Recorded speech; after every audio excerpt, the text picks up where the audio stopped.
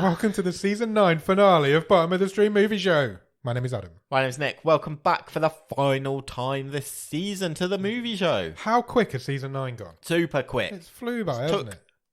About 25 weeks. 25 weeks. But it has It's flown by. Maybe a couple more, a couple of breaks in there for some more holidays. But Catty is still fresh in my mind. And mine. And that was the first film of the season. Yeah. It seems like 5 minutes ago. Yeah, it really does. Yeah, here we are. But then again, season 1 seems like 5 minutes ago, and now we're like 9 seasons in. We are here to close out the stream table. We are indeed. And we're going to close it out with a movie called Crawlspace. Yeah. Crawlspace was released towards the end of last year, 2022. It is a 15. It runs for exactly 1 hour and 30 minutes and is currently rated at 4.7 out of 10 on IMDb. 4.7, Nick. Thoughts? I mean, it is certainly, I think, in the past month or so, the lowest movie we've had. Yeah, for a while. According to IMDb ratings. Yeah. So it'll be interesting to see how that plays out. It will indeed. The movie stars a guy called Henry Thomas. He plays a character called Robert Mitchell. You will know him. He was in E.T. when he was a kid. He sure was. He's also in pretty much everything Mike Flanagan's made recently, and he's having a bit of a career resurgence. Yeah. Most recently, you will have seen him in Fall of the House of Usher. I could not remember the name of that show then. Which he's great in. He is great in that. He is really And good. he was also great in Midnight Mass last year. Oh, fantastic. Yeah, really good. This film also stars a guy called Bradley Stryker, which is a great name. He plays a character called Sterling. You might know him as well. He's in a couple of Netflix films. He's in Devil in Ohio. Okay. Came out last year, I think, or the year before. And he's also in a film called Cold Pursuit, which is currently in the Netflix top 10. Oh, It's really? It's not a new film, but it's just been released onto Netflix. Nice. And my algorithm is throwing it at me hard. they were all over me. So he's in that. It's probably because we've watched quite a few movies. Yeah. My Netflix algorithm is a mess. I'm presuming, just going by the title Cold Pursuit, some sort of snow-based action movie. I think it is, yeah. Which we have seen a few of over the years on this show. We have. I even considered setting up a new Netflix profile in my account. Yeah. Just to start again with it, because my algorithm is all over the place. I get recommended some right weird shit. This movie also stars a guy called C. Ernst Harf. He plays Dudley. You might know him. He's one of these character actors that's in a lot of stuff. Sure. Most notably, I think he's in 13 Ghosts. Okay. I think he's one of the big scary ghosts in that, and I think that's probably his most notable role. Fine. I'm going to see that at the cinema, possibly with you. Yeah, I think we did. I loved it when it came out. Yeah, Matthew Lillard, isn't it? I loved that movie when it came out. I haven't seen it for years. The guy out of Monk. Yeah, it was. I wonder if it holds up. I have no idea. Watch along list. Watch along prize, maybe. Who knows? Oh, yeah. Somebody who's won the wildcard race this season. This film was written by Jacob B. Werman. He has no other credits on IMDb at all. Wow. Literally nothing. There's nothing about him on there. Could it be a pseudonym? Feels like a pseudonym. Does a little bit, doesn't it? Like I always think that when there's like nothing on there. Yeah. No date of birth, no biography. Literally written one movie, this movie, that's it. Jacob B. Wordman, step forward. Who are you? Are you C. Gustavo Cooper? Because he's the director of this movie. And he also has C. Ernst Harf, Jacob B. Werman, and C. Gustavo Cooper are in this. What's with all the initials, people? I mean, he also has nothing else on IMDb. He's got other bits and bobs like short movies and stuff, but nothing you will have heard of, I don't think. He directed this movie. Nick, do you have a one-word review of Crawlspace? Elliot can't phone home. Congratulations, that's fantastic. It's not one word, but it's a brilliant one. He can't. He's got no signal. No. Where does this movie start, Nick? We get, again, what... I don't think I've ever considered this a trope, probably before doing this show, and it's that kind of... We are on the ground looking up at the canopy of trees. Happens more than you would think. Yeah. At the start of a movie. It really does. It does. I've thought exactly the same thing. And we sort of pan right side up, I guess. Yeah. We see saws, loggers, trucks. Singular of all of these things. We're in, like, I'm guessing the Pacific Northwest. Yeah. We're in sort of logging territory, aren't we? We are indeed. We're going to probably say the word log quite a lot through this podcast. We're in Oregon. Yeah. Because the film never tells us that, but the license plate of all the trucks and all the cars in this movie are Oregon plates. And there's a solo man, chopping down a massive tree. Yes. With a small chainsaw. It's the night time. He's in the night, which you probably shouldn't be chopping trees down in the night. Seems dangerous. Yeah, it could be a bit. It's illicit. And then we see him driving off in a truck with a massive log on the back. He's got a massive log on, yeah. And my first question of this movie is, how the fuck has he done that on his own? Tell me about it. I've chopped down a tree before. Yeah. And it's very difficult and very, very heavy. They are heavy. And the tree I chopped down was nowhere near the fucking size of that one. There's no way that man chopped that tree down and put it on that truck on his own. It's not happening. It literally, I almost was like, well, that's this movie done. Maybe he had a device. He had chains and stuff, but even so, you're not doing it on your own. You're just not. It turns out he's stealing this tree. It's some illicit logging going on. There is some and illicit do you know what logging. I learned from this movie? Yeah. Is that... So... Yeah, I'm fine with the concept of illegal logging and fine.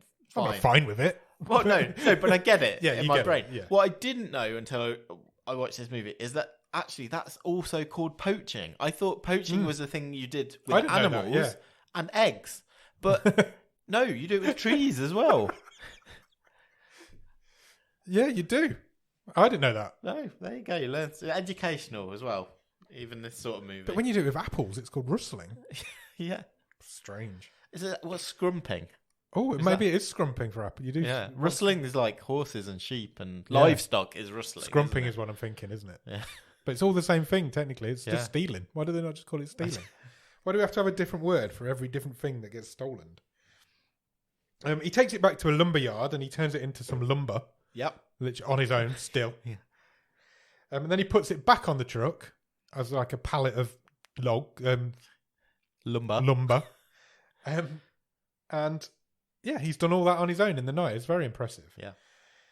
We then cut away and there's two cops watching the traffic go by. Small town cops, you know the type. Sheriff and deputy. Yes. I am going to struggle because the movie I watched last night at the cinema, Thanksgiving, was also small town, sheriff and deputy. Okay. I'm going to get confused in my head about which one was which. And then we go back to the truck driver. He's now making an exchange with another man. Yeah. There's a bag swap going on, isn't there? There is. And then the other man, when the truck driver drives off, gets robbed and beaten by two rednecks. By two redneck muggers. Yeah.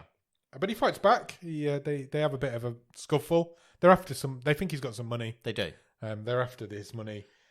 They've missed the drop. Yes. So they wanted the bag that he had, but they wanted the bag of money, but they missed that. Yeah. So they've ended up with a bag of pills potentially. We don't really know. But in this kerfuffle, this man gets shot. Yeah. And deaded. I put thin redneck shoots the delivery guy. Yes. And big redneck is very upset. He's like, why? We didn't have to kill him. Yeah, we didn't have to. He doesn't want to be killing people. Yeah. But they then realise they've killed this guy, get the bag, not happy with the contents of the bag. And I've just put bold man has package. The bold man who he exchanged with, we now follow him for a little while. He goes back to a house in the woods. Nice little cabin in the woods somewhere. Big house. Big cabin, I would say. Big cabin, yeah. You know the type, though. It's like these. Yeah. A bit like the one that Robert Downey Jr. had at the end of the last Avengers movie. Sure. And he hides this bag of money. We know it's a bag of money because he shows us it. Yes, he does. And he hides it in the, I guess, crawl space of this house. So, I mean, I don't know what your preconception of this movie was, but I'm thinking crawl space. It's going to be tight. It's going to be claustrophobic. I have never seen... We don't have houses designed like this over here. This was a roomy crawl space. It was a roomy crawl space. I wasn't against it. No, because actually it works in the movie. It does work in the movie. But if you're thinking like Walter White in Breaking Bad, just crawling Bruce Willis in Die Hard, it's not that. It's not this. It's not. It's like he can't quite stand up in it. No, but he also doesn't have to crouch very low. It's probably a 6-foot crawl space, maybe. So he hides this bag of money in this crawl space, and then the title card for the movie hits. It does. And go on. And then we meet in the next scene, Robert, who is our lead character, played by Henry Thomas, Yes. and he is giving a tough talk to He his is. baby. To a baby. Yeah. He's almost like practicing lines. Yeah, like I'm a cold-hearted, Cold-blooded killer or something. yeah. But But he's just messing he's about with his changing kid. his baby's nappy. Yeah, he's just messing about with the kid. He gets a phone call whilst he's holding the baby, and it's from one of his customers. And he kind of lets them off with a bill or gives them some credit for a bill. He says, just pay me when you can pay me when you can pay me. I know times are tough. And we meet his wife for the first time, Carrie. Yes. She's not happy that Robert keeps giving people credit. It's like, you're too nice. Too nice. We're going to start to struggle if you keep this up. Because he's like, well, all these people are struggling, blah, blah, blah. And she's like, we're struggling too. You're not taking any money. And he's a plumber. Yes. But essentially, well, I think most of his business is cleaning and emptying and refilling septic tanks. Yes. That's what's mentioned, I think. Yeah, it is. Because obviously all these places out in the forest are not going to be on sewer lines or whatever. She brings up the subject that she's obviously just had this baby. Yeah, Baby's she's on maternity leave. 3 or 4 months old, probably. She's on maternity leave, but she wants to go back to work. Because At the mill. At the mill. She works at the lumberyard. She's the bookkeeper. Yes. They need the money. He's not bringing any money in. She wants to go back. Robert's proud. He's like, no, I should the be looking breadwinner after in you. this family. You're just on, had a baby. yeah, you're on maternity leave. He kind of says no, but he doesn't necessarily say no. He just And he gets angry. there's some good lines in this, because Yeah. she says at this point, you can't be going around town like a septic Robin Hood. I've written that down as well. But anyway, eventually he walks out. He storms out, and he repeats the line to himself. He's like, I can't believe she called me the septic Robin Hood. And then we get a montage of the small town going about his business. Yeah, standard American small town business going on. He stops for some fuel. Yeah. In his truck, and pull up. He can only afford $10. He can only $10, afford no more. Yeah, yeah. He gives it. There's one of these fuel tanks where the guy comes out and fills it for you. I'd love that. Why does that not happen over here? I know. And whilst he's having fuel, the 2 cops that we met earlier pull up next to him. Yep. Small town America. Everybody knows everybody. These 2 cops know him. They chat a bit. We've got Sheriff Wade, and I didn't catch the deputy's name because I just called her Marge, and I know that's not a name, but the reason I've called her Marge is just I was like, right, they've just seen Fargo, and that's exactly this that character. It's Frances McDormand's character from Fargo, and hence I've called her that. She's called Jordan. Okay, fine. And she says to him, guess where we're going? We've got to drive out in the woods because somebody's stolen some trees. Yeah. He's like, tree poachers. It's like a joke to them at this point. And the sheriff says to Robert, you look after yourself. You're one of the good guys. Yeah. These people have all grown up together. They all know each other. Robert then drives out into the woods. He appears to have wasted his money on fuel because his truck breaks down just as he gets there. Did you think it broke down? I thought he'd run out of petrol. Well, he just had petrol. Yeah, I know. That's what confused me. There was steam coming out of his engine. Okay, fine. Something had overheated or something. Yeah. I was like, why wouldn't you have put enough petrol in to get to this job? He took $10 in. It's not that far away. Something happens to his truck. It breaks down. It's unimportant to the story. You never see his truck again. Well, no, but it's good because it gives you the movie has gone to the effort of keeping his truck out of the way. Yeah. Yeah. Because otherwise, later on in this movie, someone might go. So no one knows he's at this house. Yes, ultimately. That's the setup, isn't it? Yeah, and we've seen a lot of movies that wouldn't go to the effort of there's a putting huge the chance truck off camera. If they'd have took his truck to the house, this movie doesn't happen. Yeah, exactly. So yeah, he leaves it. He abandons his truck. He takes the tools out of the back. He walks the rest of the way to the job. He tries to call his wife. He's got no signal. He's out in the woods. And he turns up at the house, and it's the house we saw earlier with the septic tank, with the crawl space and the money in. Yeah. And I feel like he knows these people. Yeah. Because he doesn't knock on the door or anything. He just gets started on the job he's been told to do. So he goes straight into the crawl space I think he's connecting a new feed to the septic tank or whatever he's doing. Starts working. I did sort of note to myself, though, I'm interested that he closes the door behind him. Yes. Because again, was that convenient? Yeah. Would you? Because I'm not sure you would. I don't think you would close the door behind him. But again, it's for this movie. Yeah. It's so people don't know that he's under there. He's under there. We then cut back to the cops and member of the FBI has turned up to look at this missing tree. Yeah, the FBI are suddenly very interested in the tree poaching. And the cops can't really understand why. They're still teaching it as a bit of couple of trees. Just a couple of trees. And she says the country loses $2 trillion a year in hunting and poaching crimes. Yeah. That's a big lot of money. Sure is. And that's why they're interested. And then they get even more interested when they don't find a tree, but they do find a dead body. Yes, it's our murdered delivery guy from earlier on. It is indeed. Right next to where...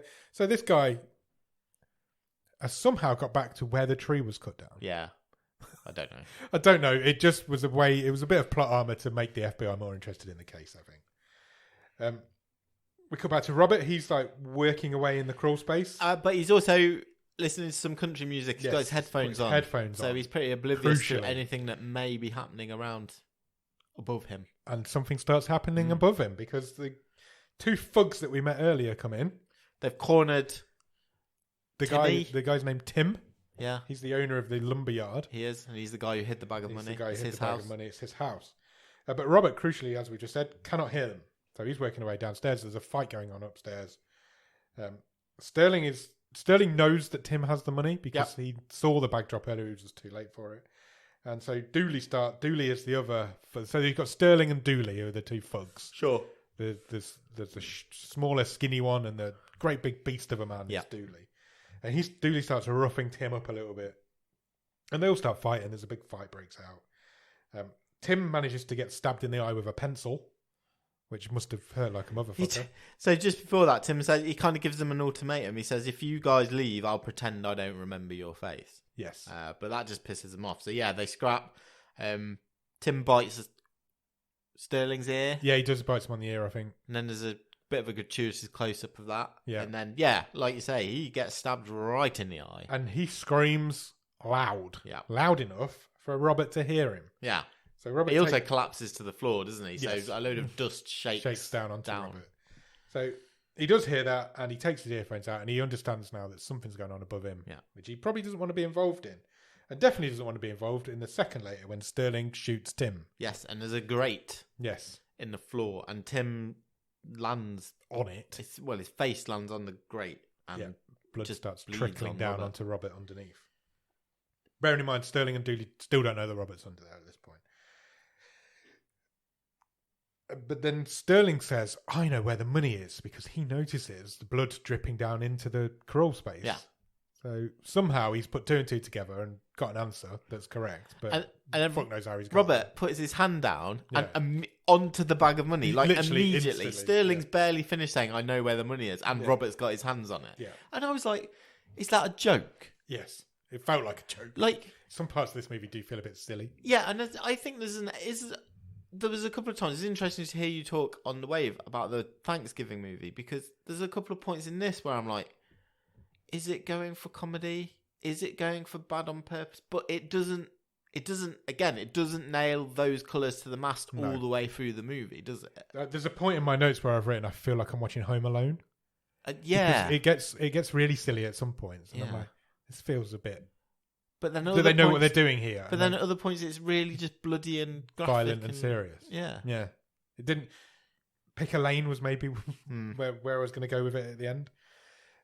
Robert finds the money. He leaves the crawl space. So he goes out. And just as he gets out, the 2 guys come round the corner because they're trying to find the entrance for the crawl space.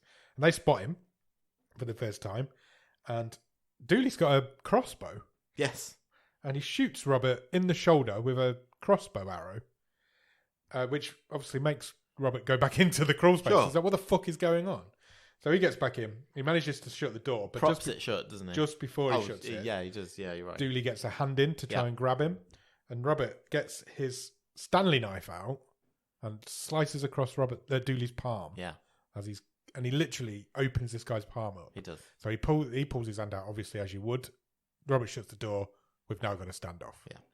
We've now got the rest of this movie. The rest of the movie is a standoff. Meanwhile, back in the woods, the cops find some truck tracks. They do. And they've ID'd the body, and it's a Russian gangster called Vlad. The cops say, well, we've never seen him around town. We know everyone in this town. Yeah. What's going on? Where's he come from? Back at the house, Robert is in a bad way. He's got an arrow through the shoulder. Dudley is also in a bad way. He's got half of his hand hanging off. It's almost been degloved. And Sterling's got a chunk of ear missing. Yes. So nobody's in a good spot at the minute. So Sterling tries to communicate with Robert through the floor. Yeah. So because there's no, in these crawl space houses when they're in the crawl space and they can see up into the house. Yeah. It must be cold in those houses. There's no insulation between the floorboards and the outside. So it's like they can communicate as if me and you were talking now. There's literally a couple of floorboards between them. Yeah. So, and Robert starts with, "Look, I'm just a plumber. I'm here by accident." All that sort of stuff. And Dudley's Sterling's like, "Time's on our side. We can just wait for him. He's got an arrow in the shoulder. What they say to him, give us the money and we'll let you go. Yeah. Or we'll just sit here and we wait will for you to die. Wait for you to die because you must be hurt. You've been shot in the shoulder. Chest. So at this point, Robert knowing what he does, so Sterling knows what he does. Why doesn't Robert just put the bag of money outside and shut the door again? Well, he does suggest that in a little. He doesn't suggest it now. No, but he doesn't suggest that actually. He says in a few scenes time, he says, you guys leave. Yeah. Give me half an hour to go, and then come back and get the money. So what I would have done in this situation, I would have gone and put the money outside without telling them, shut the door, and then gone, the money's outside. Take it. Yeah. And they would have just gone. They had no interest in Robert at this point. Oh, I don't know, but he's seen them shoot the other guy, so he's not thinking they might just wait for me and shoot. They already know that the cops are going to be on them at some point. Mm. It just felt a little bit like a. I guess he could wait. He could wait there a couple of days, couldn't he? Yeah, potentially in the crawl space. Yeah, I would have just said the bag's outside. Go and help yourself. Yeah, it just felt a bit. Maybe. Oh, okay, why hasn't he done that? But yeah. Anyway, that's not what happens. So, Dudley wants to go to the hospital. His hand is in such a bad way that he's like, I need to go to a hospital. Sterling's like, there's absolutely no way you're going to a hospital. Alexa's just gone green. I don't even know what that means. Okay. I think it might mean you've got a notification. Okay, cool. Sterling doesn't want Dudley to go to the hospital. So what he does is pours whiskey all over his hand. He does. And makes him scream like a banshee. The FBI have decided they need to look into the local lumber mill because that seems to make sense. Because the FBI agent, unless I've written it down wrong or heard it wrong, says we've got evidence of some strange numbers at the Whitner's mill. Yeah. And then the sheriff replies, I want hard evidence. I was like, I think that is hard evidence. Yeah, and this is the FBI. Yeah. Yeah, the sheriff isn't happy. Because the FBI's like, we're pretty sure the tree poaching and drugs and the lumber mill, it's all linked. It's got to be going through the lumber mill. It's the only place it can be going through.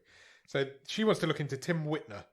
And the sheriff is not happy about that because Tim's like the unofficial mayor of this town is what they call him.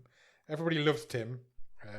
And the cops start taking it personal. They're like, you're coming into our town, you're taking over our honorary mayor. Sheriff Wade does agree that the FBI lady could go around town, ask some questions, but she must be accompanied by Deputy Marge Jordan. Yes. We cut back to the crawl space. Yes. And Robert's got some self-surgery to do. Robert realises he needs to get this arrow out of his shoulder. Or something. Yeah. Yeah. So he's got his tool bag down there. Yeah. And conveniently, he has a saw in his tool bag. He does. So he's going to saw the arrow off whilst it's still poking through his shoulder. Which he does do. He saws the end he screams, obviously, it's very painful. Saws the end of the arrow off. Pulls it through the back way. Yeah. Which is the correct way to do it. So that's the way it was travelling. Yeah. And then he gets his blowtorch out. Did he have a doorknob? It was something along those lines. Yeah. It was some sort of rounded piece of metal. And he cauterises his wound. He does. Through his t-shirt. Yeah. Which I was like, take that off, mate. Yeah. You'd have thought. What are you doing? It's literally, I was like, well, that's just going to make things a lot worse. Yeah. You've just melted your t-shirt onto your wound. But it seems to work. There's not even a burn mark on his t-shirt afterwards. It seems to work. He passes out. Yeah. But he doesn't never mention his shoulder again for the rest of the film, so it must be all right. the cop and the lady deputy cop, Jordan, is a fan of the FBI lady. Yeah. So she's like fangirling out a little bit. She is a bit, yeah. So they've gone off together to question the people who work at the lumberyard. And they're asking, like, is anyone throwing any money around? Yeah, got is anybody with a new car in town or anything like that? And the guys are not talking, as you wouldn't. But then they spot a lady with a baby. Obviously, we know this lady with a baby. This is Carrie. She's there. She's gone to see if she can pick up some part-time work from Tim while she's on maternity leave. Yeah. So, and she agrees to talk to them. Yeah, because she says, I am the bookkeeper. But I've not been here for 6 weeks, is what she says. So that's how old the baby is. So she's like, I can show you the books, but I don't know what's happened for the last 6 weeks. So she does. She talks them through it. And while that's happening, they're still talking. Sterling and Robert are still talking through the floor. We find out that Sterling has just got out of prison. He's been in for 14 years. And he makes Robert an offer. He's like, look, how much do you want? Yeah, what cut do you want? What cut do you want of this money? And Robert says, I don't want it. And then he does what we were talking about earlier. He says, go away. Yeah. Come back in an hour. Let me leave, and I will leave the bag here. Yeah. And all the while, obviously they don't believe that he would do that. All the while, Robert's talking. Sterling is trying to place him under the floor. Locate him. So he's pointing his gun at the floor, trying to figure out where he is. And then, just before Robert finishes talking, he shoots his gun through the floor, and it just misses him, or he wings him, I think. Yeah, Robert's in a bad way. Yeah, Robert's now, I think he's got a slight gunshot wound as well. He sits there looking at pictures of his family as the scene cuts away. And we go back to Carrie, where cops are now talking to Carrie. She's showing them the accounts, and she's saying, no, everything looks in order, everything's clean, all my numbers are clean. I think she'd just say, look, I'd need to properly have a real good look at it, but it all looks okay. And she gets a little bit defensive about it. She vouches for Tim, and again, similar to the sheriff, says he's done a lot for this town. Everyone trusts him, and actually, this is quite uncomfortable. Yeah, at this point, this is the point where she closes off. Now she's like, okay, before we go any further, we need to talk to Tim. Well, obviously, we can't talk to Tim. We already know Tim's dead. So the cops leave. They leave her to it. Well, they don't. No, they're on the way out. They approach another random worker. Yeah. They leave Carrie in the office. Sorry. That's what I meant. I was getting there. The FBI lady thinks that she knows more than she's letting on, but Jordan's like, she's Carrie. She is what she is. And then they randomly just spot another guy in the lumber mill out of all the guys they could have spoken to. And the FBI wanders over to a guy called Gerald. We've met Gerald before. We know Gerald. Gerald's the guy who cuts the trees down. Yeah. The really super strong guy can lift a whole tree. Before they can get many questions out to him, he legs it. He runs off. We get a foot chase between the FBI lady and Gerald. It's quite good. She's running through all the lumberyard, dodging all the obstacles in a lumberyard. Gerald gets outside, and just as he gets outside, Jordan's in the way, and she shoots the gun in the air and stops him. She's like, shortcut. She knows this town. She knows how to get there. And they search him, and they find that he has some drugs on him. He has a small pack of pills on him. Yeah. And from what Jordan says, I don't think this is the first time Gerald has been. No, she gets on the phone to his dad. Yeah. She's like, rings his dad up straight away, and she's like, "Look, I've got your son again. We've got him on another drugs charge, blah, blah, blah." And whilst she's talking to his dad, the FBI agent's talking to him, she gets word that he got the drugs from the Russian. Yeah. And that's all she needed to hear, because she's trying to piece this story together. So they arrest him. They take him downtown. We come back to Robert. We come back to Robert and Sterling. Sterling sends Dudley outside to try and find another way into the Crawlspace. Yes. And hands him a knife, because he's like, he's armed, he's got a knife. I don't want to go out there and tackle this plumber. And so he takes a kitchen knife, doesn't he? He does, yeah. There you go. Oh, now you've both got knives. Robert, meanwhile, is working. He's turned into bloody MacGyver or somebody. He's now managed to get his screwdriver. And while Sterling's talking, Robert's much better at picking out where Sterling's standing. He drills a screw up through the floorboard and through Sterling's foot. He does. I mean, that's a quick screwdriver. Yeah. To get up that quick without anybody noticing. Thick floorboard. It was a long screw. Yeah, straight through the guy's foot. Yeah. Sterling screams, shoots the floor, misses Robert. And then we get a slow reveal of him pulling his foot off this screw. Yeah. Ruined a nice pair of boots. And then Robert sets fire to some money and throws it up through this grate in the floor. Which panics Sterling. Yeah, completely. And he tries to stamp this fire out Yeah, and then sets himself on fire. Just go on fire. And this is the point where I've written, it's gone all Home Alone on us. My note says, it's gone a bit Home Alone. At exactly the same point. I'm Amazing. like, well, it was a screw through the foot for a start. It was instantly made me think of Home Alone. But then he's like, now he's on fire. And I'm like, come on, what is going on? It just was a bit silly at this point. Carrie calls the cops. She calls Jordan. She's obviously friends with Jordan. She's known Jordan years, I think.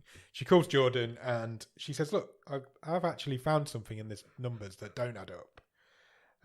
She says there's a load of false contracts and payouts. Lots of money being siphoned through lots of accounts. Yeah, it's in and then it gets moved out quickly. Yeah. Numbers like I've never seen before. Yeah. So Jordan says, right, stay there. We're on our way back. We're going to come and pick you up. Yeah. We just need to drop off this delinquent that we've picked up. Were they picked up from the same place that Carrie was? I'm just realising now. They picked him up in the lumberyard where Carrie was. No, but they've taken him to the... Taking him off and then they're going to... To the police station. Oh, okay. Come back to Robert. Robert's shouting through the floor now. He promises Sterling that he will never get any of this money. He's getting all cocky and badass on us. He tells him to walk. He again tells him to walk away. I'll leave the money here. I'll leave you some money. He says at this point, and that winds Sterling up because he's like, "It's all my money." And then he says, then Robert does his line that he was telling the baby earlier. He says, "I'm a cold-blooded, heartless machine of a man." Yeah. And then he says, "I'm not scared of you. I'm a plumber. I deal with pieces of shit all day long, every day." And then he sets a bit more of the money on fire. But Dudley is able to reach down and grab his... Yeah, he reaches through the floor. Does he grab like it's... I didn't understand how... So Robert's lying... He's not, but Roberts must be lying on his front at this point. Because Dudley reaches down, presumably through that grate. Must have been. Must have been. Grabs the back of Robert's jacket and lifts him up and like bangs him into the floor. So it's just to prove to us how strong Dudley is. He can lift a man up one-handed. Rob sort of lunges at him with the drill again, doesn't he? And it causes him, Dudley, to drop him. Yeah. Sterling reveals to Dudley that he's run out of bullets. He has no bullets left. Yeah. And then so he says, look, we need to go to the next level. And he sends a text to someone. Someone who can help. And the person in his phone is called JJ. And this is the point where I was like, okay, well, I've got the twist now. I know who that is. I didn't notice. Did you not? That. So I was absolutely... But when the twist comes later, I was like... Did you? Honestly, not say I saw the twist coming because I spotted. As soon as it said JJ, I was like, who do I know with somebody called Jay? Yeah. I know that. Also... You didn't know the name of the cop. As previously stated, I thought her name was... I christened her Marge, so... For me... For those of you who haven't realised, the deputy's in on this, the whole thing. But that gets revealed in a second. He sends a text to someone. He's like... Neither of them are really happy about having to involve this person. But they need help. They need backup. The plumber... I think he says... The text says, we've got problems with a plumber. Also, why does Sterling's phone work, but Robert's doesn't? Robert's under the house. Yeah, but it didn't work outside either. It didn't. When he was walking. Anyway, okay. I've no idea. I've written in my notes here, Deputy Jordan's in on this for sure. So you're right. Dooley then realises that when he's told that Sterling hasn't got any bullets left, he sees a shotgun mounted to the wall. Above the fireplace. The fireplace, which he picks up. And they really easily find loads of shells. Loads of shells in the kitchen drawer. Lying around. So many so that they can afford to drop some on the floor. Yeah. And let Robert have one. Yeah. Because they drop it through the floor and he's got this little mirror thing that he picks up and puts through the grate. So he's like watching them. Then he sees a little hand pop up and grab this shotgun shell. It did get really silly in the middle of this movie. The cops are then at the station questioning Gerald. Yeah. There's like two movies going on here. Because Gerald has nothing to do... This tree poaching technically has nothing to do with what's going on in this house. Well, it is. There is a tenuous link. They're all in the... Yeah, they're all connected because it's... Currently, the money's involved with the We're poaching, watching a crime going on in this house. Yeah. And the cops are investigating a different crime. Yeah. They are linked. There's a tenuous link there, but I'm like, this is really strange. It's like nothing's connected. So they're questioning Gerald about why he's doing this tree smuggling lark. Gerald pretty much he spills the whole beans. Yeah, he says, "Yeah, we've got a small crew. We chop trees down at night, swap them for drugs. Yeah. We just do a couple at a time. Yeah, yeah." We cut back to the house. Sterling and Dooley are now outside, and they've decided they're going to try and gas him out. They do. So there's a gas tank outside. Yep. Gas for the house, I guess. Yeah. They attach a hose to it and put the hose through the vent in the wall and turn it on. They do. Robert instantly can't breathe No. in this whole crawl space of this house. Which is massive and has more than one ventilation point. Yes, many more than one. Well, for a start, there's the floorboards. Yeah. The gas is just going into the house. This is not a confined area that he's in. Well, it would fill eventually, but not as quickly as... Yeah. No, not as quick as he madly holds his breath and scrambles around and disconnects a pipe to the sink, I assume. I don't know, but he uses it as a snorkel to breathe out. He knows which pipe. Even though this gas is going through the floor, up into the house, and probably down into this pipe as well. But yeah, Sterling quite quickly realizes this isn't going to work. Yeah, because he was expecting why isn't he out? He was expecting Robert to run out straight away. So it's like, I'm just going to blow it up then. Yeah, so he lights some kindling. Yeah. But this gas is very movie gas. Yeah. Because it picks and chooses when it wants to blow up. Yeah, it doesn't instantly blow up when he's waving this flaming stick near the crawl space or even through the right near the vent. entrance to where this pipe's going through. Yeah. It blows up after he's got out of the pushed way. it through and got out of the way. So the whole crawl space of the house explodes, but Robert manages to protect himself behind some piece of wood that he finds. No, he's got a blanket. Or was it just a blanket? Exactly the right place at the right time. Yeah, again. And he survives the blast with no ill effects whatsoever. And also surviving the blast is the money. Yeah. Because he for some reason Sterling forgot that that's what he was after. I don't know. So Robert cradles the money and pulls the blanket over himself. And okay. Yeah. But the gas pipe is still well, yeah, exactly. Gas into this. This explosion would have fed back up to the gas pipe and blew the tank up outside. We ain't got the budget for that. No. Movie gas. Like I said. Yeah. The flame extinguished the gas tank at the same time. They think Robert's dead now because this blast was enormous, so big that it's blown the door open. Yeah. Of the crawl space. But the house is fine. The house is absolutely fine. Robert hasn't come out. So Sterling's convinced that Robert must be dead. But he's not that convinced because he sends Dudley in to check rather than going in himself. We know Robert's okay. We do know Robert's And at this point, he puts duct tape around his fist. Yeah. And then I can only describe it as he uses drill bits to create homemade Wolverine claws. Makes Wolverine hands is my next note. Well, I'm like, now we're talking. This is going to be badass. What I found quite funny in this scene is Dudley goes into the crawl space. Yeah. For some reason, he can't stand up. He crawls the whole time. Yeah. He's in the crawl space. Nobody else. Robert doesn't. Robert walks. And Dudley's a big guy, but he could have walked. Also, the crawl space is big enough that Robert can circle round parallel to Dudley and get behind him. Managed to get behind him.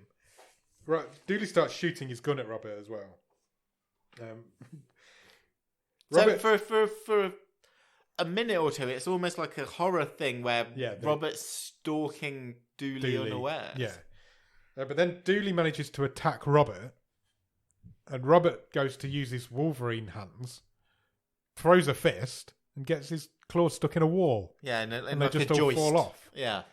And I was disappointed because I really wanted to see these get used. But then I thought, it's like Chekhov's drill bits. They're in this strut. Yeah. And someone's meeting their enders at this. Yeah, they're going to go into their eyes or something. But no, that never happens either. Dudley grabs hold of Robert, throws him through a wall, and he thinks he's done it. He thinks he's knocked Robert out. But Robert fights back, and Robert manages to choke Dudley out. He gets a bit of cabling or something around his neck. Chokes him out. And he's like, have I killed him? He's not dead, is he? Because he doesn't want to be killing people. He's a plumber. But he isn't dead. He rolls over and gurgles, but he ain't moving. He's not moving. He's just not dead. So Robert ties him up. And then he just proper goes MacGyver on us because... This is the 18 this MacGyver, is the 18, whatever thing you want. We get a weapon making montage. So he's got pipes, he's got drills, he's got screwdrivers. He makes a harpoon. He does, out of the shotgun shell as well. But it's intercut, which is cool. It's pretty cool. Yeah. But it's intercut with Sterling outside just throwing a tantrum. Yeah. Like a comedy Literally Jim Carrey tantrum. Throwing the garden furniture around, beating up a tree. And the two just didn't... No. didn't mesh. And then a cop car pulls up. Yeah. Sterling goes out the front to greet whoever's joined him. Is this the point? This is the point where Jordan is revealed as the accomplice, the mastermind behind all of this. Mastermind. Carrie's in the car as well. Carrie's in the car. They've come to talk to Tim. The big twist is revealed, is my note. Yeah. She says, she's put, I got your text, and I've written, whoa. I know I feel really stupid. That's fine. That's happened to me numerous times on this show. I don't think it's ever happened to you before, but I like it. I put Marge is in charge. Nice. Carrie's in the car. She leaves Carrie in the car. What she leaves Carrie with is the radio that's in the car. Most police cars have them. Yeah. So she goes off with her gun with Sterling to try and figure out what the hell's going on. She's shouting at him. She's angry with him. There should have been an easy job. Yeah. He's messing it up. Carrie radios the sheriff and who's with the FBI guy, lady. And Marge goes, I've written a couple of lines down. She's just like, he's just a plumber. I've got this. And then as she walks off towards the house, she turns around to Sterling and just goes, I can't believe I fucked you. I was like, what is this movie? Yeah. Jordan then takes Carrie and hands her over to Sterling. Yeah. And my question I have right now is, where's the fucking baby gone? Yeah, who's looking after the baby? She took that baby to work. Yeah. Because we saw it. Because Carrie was cooing over it. And then we've not seen that baby since. Maybe Jeff from the lumber mill's looking after it. I have no idea. I was like, this lady's got a baby somewhere. She's forgotten all about it. Sterling then shoots Jordan in the back because he's fed up of her shouting at him for doing it wrong in the first place. Yeah. So he shoots her, and that's the end of her, pretty much. But he does have Carrie, so he has Carrie at gunpoint. Yeah. And Robert sees this now. Yeah, because he can see through the grate. Vantage it didn't point. get blown off when the thing blew up. So he comes out. So this is his moment. Yes, and Carrie's obviously very shocked to see him. Yes. Because his van's not there. Yeah, she has no idea that he's there. He's got the money in his hand, and he's got his blowtorch in the other hand. And he tells Sterling that I have soaked the bag and the money in paint thinner. And we then see that the FBI lady and Sheriff Wade are approaching. They're hidden behind a log. They're like the Flash or something. They've got there in... And they're very quiet. Less than a minute? Yeah. They're kind of hiding and watching these two civilians. So we've got a standoff. Having a standoff. Robert then throws the money at Sterling. Yeah, but right at his head. Yeah, at his head. Yeah. And has this kind of distracts Sterling, who drops Carrie. And as he drops Carrie, the sheriff shoots him in the back of the leg. Back of the leg somewhere. Yeah, his leg elbow. That obviously distracts Sterling because he's now been shot in the leg elbow. And Robert gets his super homemade, stupidly accurate harpoon gun out, which basically involves him smashing it on the floor. It's like a mortar. Yeah, he basically has What a shot this was. What a shot. So he bangs a pipe onto this shotgun shell. He's got the angle just right. Just right to fire out a pipe, thin pipe, screwdriver maybe? No, it's the end of the arrow. It's the end of the arrow. Okay, fair. That's fine. Himself. And pierces Sterling right in the middle of the neck. Yeah. It's a 1,000,000-to-1 shot. Yeah. It doesn't kill him, but the next shot does because Robert grabs his massive Well, yes, because Robert and Carrie go to hug. Yeah. And Carrie says, Robert, watch out. Careful, Sterling. The killer always has one last kill. And Robert whacks him in the head with an enormous wrench. Yeah. Bearing in mind, where he was hiding that, I'm not sure. No idea, because he only came out with the money in one hand and the blowtorch in the other. That's the kind of the end. Then we've got your wrap up. So Dooley's now getting put in an ambulance. Everyone's like really disappointed in Jordan because they're like, oh, I can't believe it was one of our she's own. alive. She's survived it. She's getting put in an ambulance as well. Robert apologizes to Carrie about this morning. They decide now's the best time to have this conversation. It's like, you're right. I need to be. I've learned I need to be harsher with people. And Deputy Jordan gets arrested but put into an ambulance. The FBI lady asks Robert who he is. It's like, who are you? Yeah. And you were this like, and he says, "I'm just the plumber." Then we cut back. We have like a mirror scene from the opening scene. So he's playing with his baby again. Yeah, doing he's doing the whole cold-blooded machine killer machine of a man or whatever it is. And we get another phone call from another customer. No, it's the same guy. Again. From at the start of the movie was like, "Can I have a bit of extra time?" He's Yeah. suddenly going, "I've got your money. I can drop it around today." Yeah. Presumably because Robert's legend this, has like, spread stupid around the badass. town. But this time, Carrie lets him off and says he can have some Yeah. more time if he needs it. So she's changed her tune. Robert goes out to check the mailbox. It's the morning. It's what you do, I guess. Yeah. And there's a package in there. There is brown paper bag. And it says it's addressed to the good guys. Yeah. And the sheriff sitting in a car over the road just winks at him and then drives off. And guess what's in the package? It's the money. So this Stolen sheriff the money. has stolen drugs money, Yeah. which is evidence Of criminally obtained. at least 3 murders as well. Yeah. And given it to To a plumber. Robert. And then Robert, completely low key, because you don't want people to know Yeah, of you've course got a you don't. huge bag of money. Carrie comes. He shouts Yeah. Carrie out. He literally shouts, "Look, we're rich, we've got all this money," and throws a load of it in the air. Yeah, and it goes slow motion, and the movie freezes. Yeah, And that's that's the end of them just Like an old 80s they're like, TV yeah, show. like jumping in the air with their legs behind them, kicking up because they've got all this money. And that's the end of the movie. Yeah, What did you think? I Nick? mean, it's a laugh, isn't it? It's a laugh, isn't it? What? It's ridiculous. It's what it is. I was expecting this sort of quite gritty, Yeah, same. tense movie, and there was a few moments of that, but it's got this Home Alone comedy in there sometimes. It's got the sort of shit on purpose feel Yeah. sometimes.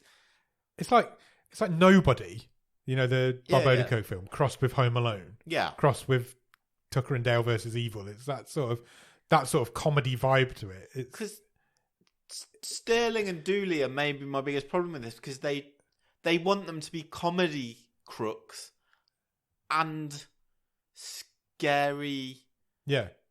gangsters that we're supposed to be afraid of, and they end up not being And either. they're just the 2 guys from Home Alone. Yeah, They're the same characters. pretty much. You've Yeah, got one bundling idiot and one who's... they want them to be all those things, and they end up not being. I mean, either. any of them, yeah. It felt like I was watching an adult Home Alone. But it's good that big Henry parts. Thomas gets work, though, isn't it? Yeah, it is. It's great that Henry Thomas gets work. But maybe you should just stick with Mike Flanagan. He's good though. Oh, no, he's great. Yeah, he is great. But does he- The film itself is Yeah, shit. Let's be but it's honest. fun. It's fun because you're laughing at it Yeah, because there's so many plot holes in it. It just doesn't hold up under scrutiny Well, at and that's all. the other weird thing, isn't it? It goes to it does go to the effort for hiding his truck. Yeah, So yeah. it goes to the effort of covering that plot hole up, but then But then he could have phone just dropped the bag signals- outside. yeah, One of them's got phone signal, one of them hasn't. yeah. The sheriff and the FBI person can teleport, apparently. Robert the plumber is amazing at making homemade harpoons Yeah. that are super accurate. He doesn't want to kill anybody and then he bangs Dooley around the head with his wrenches. There's so many plot holes in it. Yeah. I would have liked it if they'd have done more of the whole Wolverine hands not working type thing and just go full in comedy on it if you want to. Sure. But I don't know, it just didn't. It pick a lane. I feel like Sheriff Wade should probably be under investigation, not only for the crime he commits at the end, giving him Giving that the money, money. but the fact that there was this huge drugs trafficking thing going through this tiny Town that he had no idea that about. they had no idea about The unofficial whatsoever. men. Or it's only been happening for 6 weeks. Possibly since Carrie left, Tim's like Like oh, hold Tim's on, I've got gone, no "Oh." bookkeeper, I can make some more money. Exactly. Come in, Russians. Yeah, maybe. Come in. It's like it makes no sense whatsoever. It's a proper bottom of the street. It is a movie. proper problem. The fact that this tree's not small. I can't emphasize how huge this tree is that this guy cuts down. Manages to trim off as well in the woods because he only takes the trunk. So he's trimmed all the branches, everything. I'm not kidding you. That log wouldn't fit in this room. It was enormous. Oh no! We're talking like these huge, Like a redwood trees, tree. And this yeah. guy's managed to chop it down, Huge palms. trim it off, lift it up, transport it, lumber it, turn it into lumber, and then sell it all in one night on his own. And that's your setup for this movie. And it just gets more silly from there. It's such a silly movie. But I had a lot of fun with it. I was just laughing at it. Yeah. But Henry Thomas is great. He's a good lead in it. He's a good one-man he's a- army movie. He is a proper everyman. Yeah. It's just... He is like Bob Odenkirk in Nobody. Yeah, but there's even a line... Yeah, but even Odenkirk was an I thought we were getting that at the end. I'm not going to lie. Forces guy, wasn't in that character. He was. But Sterling even says when Jordan turns up to the cabin, he's like, it's a plumber, but he must be ex-army or Navy SEAL or Navy something. SEAL. And she just goes, no, he didn't even make the school plumber. varsity football team, is what she said. And Thomas does that well. I thought we were getting that reveal at the end that he was some sort of army specialist, like a Taken type character. But we didn't get that reveal, and he isn't. He's just a normal bog standard plumber. Yeah. And maybe it needed that. Maybe he did need to be something like that at the end. I don't know. But affect really this. The script is awful.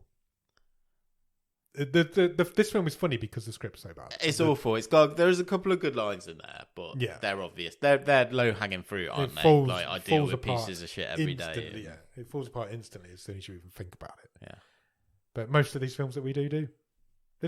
We've been spoiled this season because this is the sort of movie we should be doing every week, and it isn't. It's just this is the sort of movie this show started with. Yeah, this is our bread and butter. It's proper bottom. I very much enjoyed doing that this week. Yeah, because it felt like we'd gone back to our roots. I really enjoyed watching it. It feels like a bottom of the stream movie, more so than probably any other movie this season. But it's not good, but it's entertainingly bad. What's the best thing about it? Henry Thomas, without a doubt. Yeah. He's in a different movie to everyone else, and I mean that as a high compliment. Yes, absolutely. He's bringing the heat to this. What movie. would you change about it? Pick a lane. Go full on comedy or go full on action. Yeah. Don't try and do both. And more. Yeah. Give me more of one. Whichever way you go, give me more of it. Whichever way you go, be better at one of them, but ditch the other one. Yeah. Cool. Shall we talk Stream Table for the final time this season? Sure.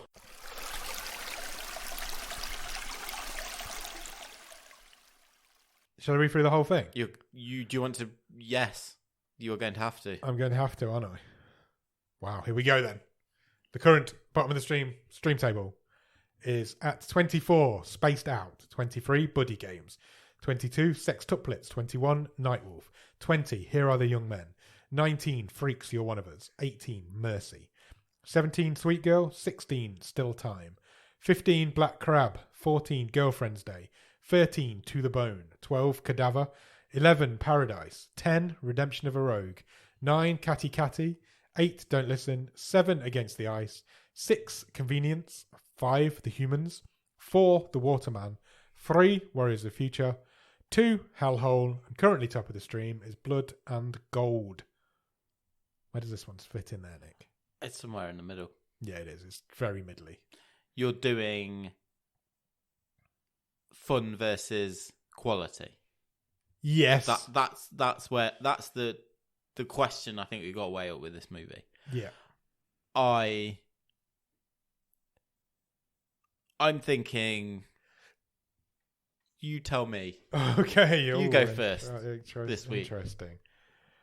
I've worked my way up from the bottom. Same. And I've stopped at Cadaver. Have you? Yes. Okay, I don't know where. That's very interesting. Either side of that it goes. Where are you higher than that? I was in about the same place the first time I went through as you were reading it. And then I thought I've dropped it down a bit because I'm kind of like... I'm not against that. I don't... In terms of how much I've enjoyed this, I don't think I'm a million miles away from last week's movie, Black Crab. No, same. Okay. Which also... So we were in the same ballpark. It's quite good and then gets very silly at the end, but... Yeah. I think this is a better movie than Girlfriend's Day. No. Let me rephrase that. I think I had a better time with this movie than I did with Girlfriend's Day. I agree. I think I had a better time with it. Well, I did like Girlfriend's Day, but it's just... I feel with Girlfriend's Day, maybe it was more like we said at the time, go back and listen to our episode, another 10, 15 minutes, expand on what you've got there, then that could have been a movie that was riding much higher in our charts. Yeah. And I think I don't want this higher than To the Bone. You don't want it higher than To the Bone? No, I don't think it's as good as that. No, I don't think it is either. So it's better 14th, 15th-ish. It's better than Girlfriend's Day. You're right, it shouldn't go above To the Bone. Let's put it 14th then. I think that's a natural discussion that's just happened that kind of ends. It's right. We've got to the right place there, I think. It's a fun movie. It's a fun, bad movie. It's a bottom of the stream movie that's finished almost exactly in the middle of the stream table. It really has, yeah. And justifies it, I think. I think that's right. So we've done. That's this season 9 stream table confirmed, completed, and locked in. Yeah. Cannot now be changed. Blood and Gold wins. Blood and Gold is the winner, and Spaced Out is the loser. Yeah. We're going to do a whole episode breaking down this stream table. Yeah, we'll do a bit of... I'm going to ask you 2 quick questions now. Sure. Is Blood and Gold the correct winner of that stream table? I just think yes. I think yes. But I mean, I loved Hellhole. Yeah. I think either of them would be worthy winners. I agree. I think they're so difficult to separate. Yeah, I completely agree with you. I think Blood and Gold. Blood and Gold overall is probably a worthy winner. Hellhole has got the surprise factor. We'll talk about it more next week. Yeah. It's got one of the best twists I think we've ever seen in this movie, in this show. I think Blood and Gold is a really, really quality movie. It's Spaced Out the correct bottom of the stream movie. Yes. I'm going to say no. I think it should. I think Buddy Game should be bottom of the stream. Okay, but there's literally nothing between the two of them. They're both god awful movies. Yeah. Cool. I'm looking forward to breaking down that table, getting some memories out of those movies, because that's possibly the strongest stream table we've ever put out. Maybe. And I'm looking forward to going back through it and seeing what's in there. Okay. Good. So come back. Are we doing that next Thursday? I think so. I think we are. So we'll be back on Monday for the way. I'll do this at the end. Which is now. We don't have to pick a movie because we're not starting. There will be a short gap between now and season 10. Yeah, but that'll be in a couple of weeks. Just because of how Christmas has fallen. Yeah. But we're not going. We are going to go away over Christmas, I think. But not for a few weeks. Not for a few weeks. Yeah. So we've got some stuff to happening. Do. We've got some stuff planned before we start season 10. Is what I'm trying to say. But season 10 won't start until January. Yeah. So whilst all of this is happening, go and follow us on Instagram and Letterboxd. Our username is @BOTS_podcast. If you want to drop us an email, our email address is bottomofthestream@gmail.com, and our website is bottomofthestream.com. On our website, you will find every episode we've ever recorded, all of the stream tables, loads of other cool stuff, and you can even get some merch if you want to buy a Bottom of the Stream plumber's bag. Plumber's bag. Yeah, which could probably just a bag. Tool belt. What are you calling me? Well, yeah, go and buy a plumber's bag. Why not? After you've done that, head over to Patreon, patreon.com/bottom of the stream. On there, for £5 of your English pounds every month, you will get early access to the movie show episodes. You will get bonus episodes. We're definitely going to do more bonus episodes next season, I think. You will get a wild card, which means you can pick the movie that you want to watch. We'll watch it.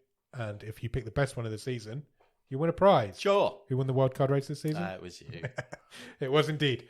Then when you've done all of that, head over to Discord. The Discord is a wonderful group full of wonderful people who will talk to you about anything. We have loads of cool stuff. We've got a watch along coming up. Might have already, it is this weekend, so that would have already happened by now. Awesome. Loads of cool stuff going on in there. It's great. We play games. Loads of cool stuff. You get involved in the real talks. It's just an awesome place. Come and join it. The Discord link will be in the bottom of the show notes. If you can spare a few minutes, please leave us a rating or review. Any way you can review and rate podcasts. It really helps us. It helps spread the word. It helps us make more friends. We can get more people in the Discord, more people talking about these movies, and get interacting with the show. And that's what it's all about. You can do that anywhere you find podcasts, because we're on all of those places. I'm not going to list them because you know where they all are. Yeah, there's hundreds of them, and if we're not on one of them, just find a different one and then tell us, and we'll get on that one. Amazing. Cool. So I can't tell you to go out and watch another film. What I can do is tell you to have a very fun week. Sure. Just go and have fun. Be back here. We'll be back here on Monday. We'll do a wave on Monday. We will. And then the season 9 recap show will be next Thursday. Awesome. Excellent. Thank you for another wonderful season, Nick. Thank you. You're welcome. Cheers. Bye.